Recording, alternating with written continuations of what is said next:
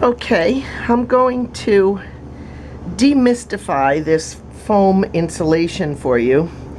The installation process is really simple. This is what I'm working with now is sheets that are only ½ inch thick. These are R3.2 actually.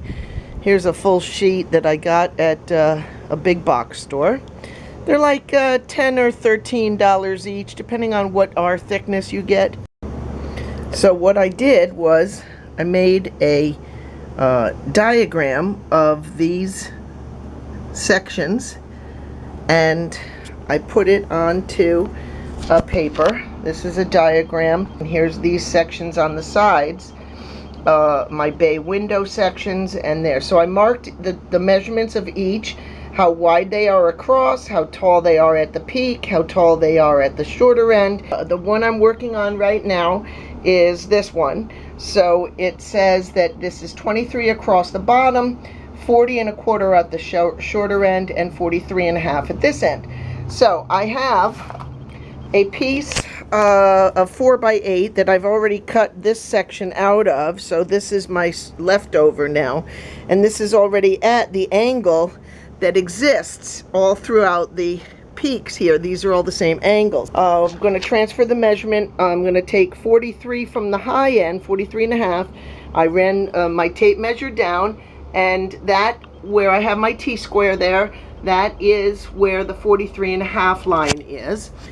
All I'm using is a little paring knife, and at this end, I don't know if you can see it, it's serrated.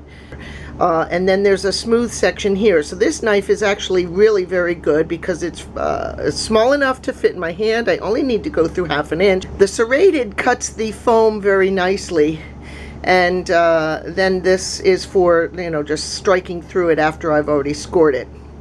So I've got my mark.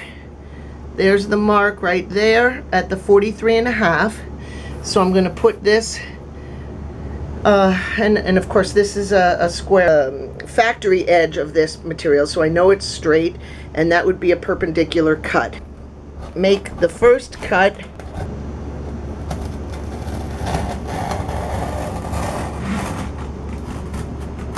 Like that.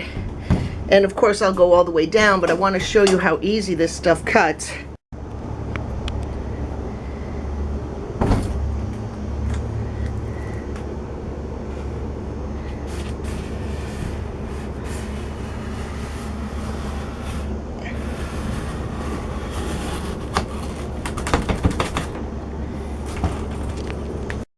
Okay, so now that I have those cut all the way through,